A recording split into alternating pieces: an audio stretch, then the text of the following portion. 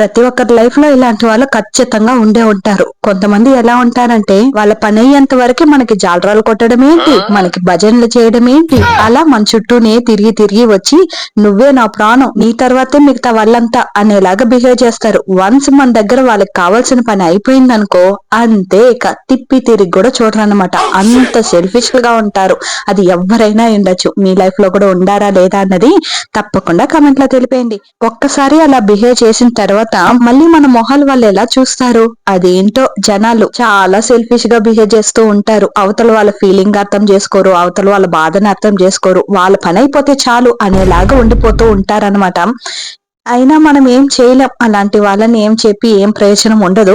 మనం కొంచెం జాగ్రత్తగా ఉండాలి. ఒకసారి నూతిలో పడిపోయి లేసిన తర్వాత ఇంకోసారి ఆ నూతిలో పడకూడదు అని నేర్చుకుంటే చాలు.